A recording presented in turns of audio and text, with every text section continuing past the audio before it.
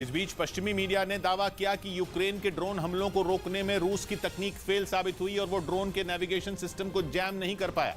इसी महीने की 5 और 25 तारीख को यूक्रेन ने रूस के एंजिल्स एयरबेस को निशाना बनाया था और ड्रोन से किए गए इन हमलों में रूसी एयरबेस एंजिल्स को काफी नुकसान पहुंचा था। अपने इस एयरबेस को बचाने के लिए रूस ने खास प्लान बनाया था जिसके तहत वो ड्रोन के नेविगेशन सिस्टम को जैम करने वाला था ताकि हमले के लिए आने वाले ड्रोन अपना रास्ता भटक जाएं। लेकिन पश्चिमी मीडिया का दावा है कि जब यूक्रेन के ड्रोन ने हमले किए तो रूस का ये प्लान पूरी तरह फेल साबित हुआ। वो ड्रोन के नेविगेशन सिस्टम को जैम नहीं कर पाया जिससे एंजिल्स एयरबेस को ज़ेलेंस्की के ड्रोन ने निशाना बनाया। यूक्रेन के मुताबिक उसके इस हमले की वजह से पुतिन की सेना को तगड़ी चोट पहुंची थी, जबकि उस दौरान रूस ने यह दावा किया था कि हमलावर ड्रोन मार गिराए गए थे। हालांकि ढेर होने से पहले ही ड्रोन ने वार कर दिया था जिसमें रूस के 3 सैनिकों की मौत हो गई थी और इसी वजह से पश्चिमी मीडिया का दावा है कि ड्रोन के नेविगेशन सिस्टम जैम करने की रूस की तकनीक फेल हो गई। यही नहीं, यूक्रेन का कहना है कि कुछ रोज पहले भी उसके ड्रोन ने क्राइमिया पर हमला बोला था और इस हमले को भी रोकने में रूस नाकाम रहा था। लेकिन रूस इस बात से इनकार कर रहा है। उसका कहना है कि यूक्रेन के सभी 7 ड्रोन मार गिराए गए थे। खबर यह भी है कि नेविगेशन सिस्टम जैम करने की तकनीक की बजाय रूस मॉस्को के आसपास एयर डिफेंस सिस्टम तैनात कर रहा है ताकि नए साल के जश्न के दौरान किसी भी तरह के हमले को रोका जा सके। इधर हिमाचल प्रदेश में सैलानियों की सुविधा के लिए रेस्टोरेंट, ढाबे 24 घंटे खुल सकेंगे। सरकार ने सैलानियों की बढ़ती तादाद को देखते हुए ड्रोन से निगरानी करने का भी फैसला लिया और हिमाचल सरकार ने फैसले में 2 जनवरी तक राज्य में रेस्टोरेंट, ढाबों और चाय की दुकानों को 24 घंटे तक खोलने की इजाजत दी। ट्रैफिक नियंत्रित करने के लिए प्रशासन ने ड्रोन भी तैनात किए।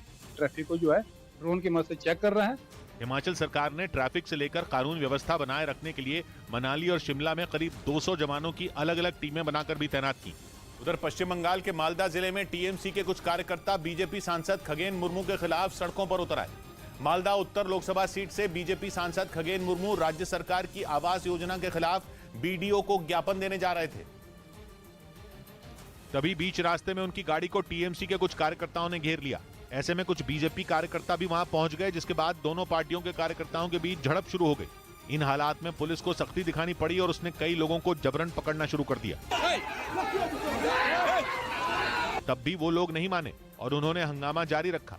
टीएमसी कार्यकर्ताओं ने बीजेपी सांसद खगेन मुर्मू को काले झंडे दिखाए और उनके खिलाफ नारे भी लगाए। हालांकि थोड़ी ही देर में पुलिस ने हंगामा कर रहे लोगों को शांत करा दिया। इस बीच सीरिया में एक बार फिर सिर उठाते आतंकी संगठन आईएसआईएस के खतरे को देखते हुए कुर्द लड़ाके एकदम हाई अलर्ट पर हैं।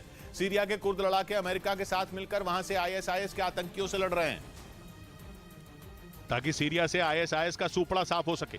इसी वजह से आईएसआईएस कुर्द लड़ाकों से चुन चुन कर बदले ले रहा है।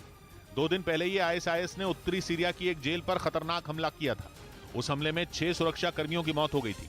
उत्तरी सीरिया में ही कुर्द लड़ाकों का कब्जा है। ऐसे में वहां आईएसआईएस के घातक हमले ने उनके कान खड़े कर दिए।